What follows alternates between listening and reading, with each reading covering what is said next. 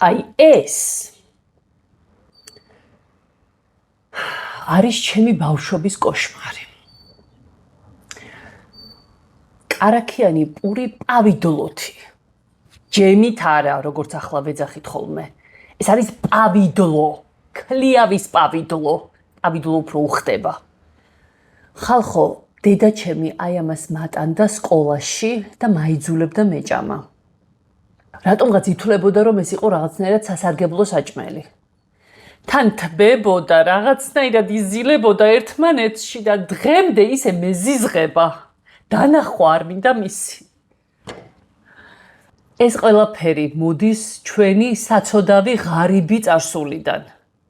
როდესაც ყველაფერი დეფიციტში იყო და ბავშვს თუ ტკბილი მოუნდებოდა, აი ტკბილის ჭამა, იძულებული იყო მშობელი, რომ რაღაც გადანახული მურაბა გამოეტანა, კომპოტი ან ჯემი და ასე შემდეგ. რადგან არანაირი ღირებულება შაქარში ჩათუხთუხებულ ხილს, რომელსაც სტერილიზაციას უკეთებ და დიდი ხნის მანძილზე ვადუღებთ, არანაირი კვებითი ღირებულება ამას ბავშვისთვის არ აქვს.